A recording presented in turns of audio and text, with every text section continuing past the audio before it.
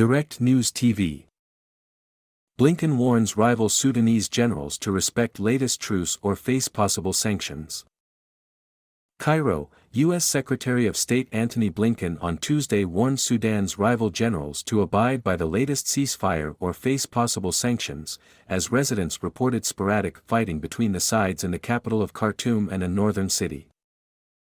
Sudan descended into chaos after fighting erupted in mid-April between the country's military, led by General Abdel Fattah Burhan, and the paramilitary Rapid Support Forces, commanded by General Mohammed Hamdan Dagalo.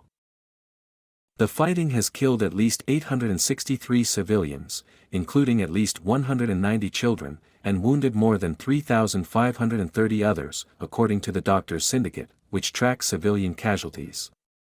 The toll could be much higher, the medical group said. The conflict has also turned Khartoum and other urban areas into battlefields.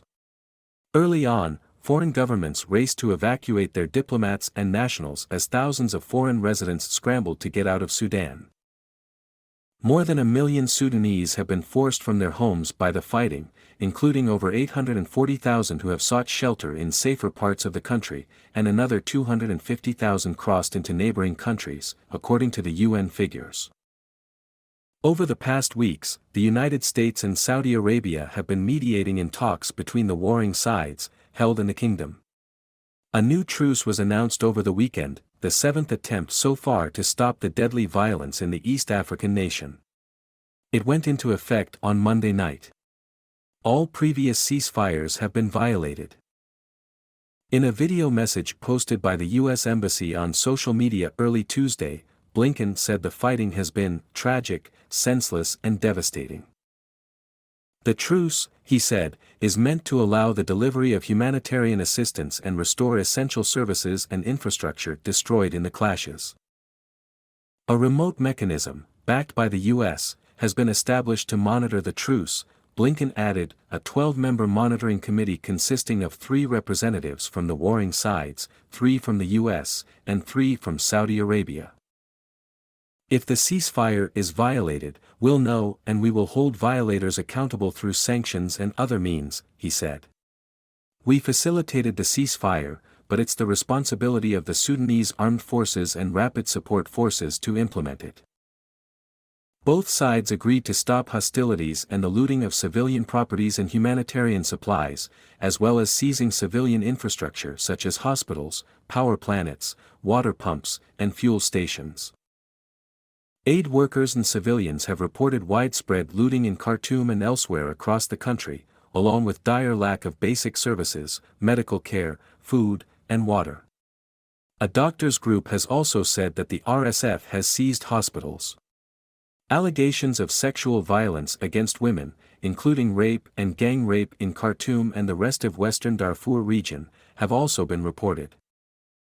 Residents, meanwhile, said they heard loud sounds of gunfire and explosions Tuesday in parts of Omdurman, a city next to Khartoum, with military aircraft flying overhead.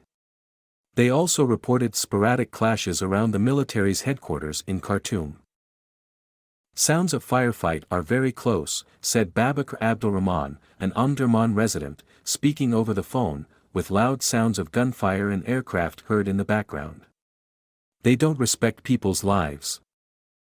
Fighting was also reported in the northern city of Abaid, where RSF was said to have attacked the military headquarters and other parts of the city. The weeks-long conflict has exacerbated the already dire humanitarian disaster in Sudan, prompting the UN to update its humanitarian response for 2023.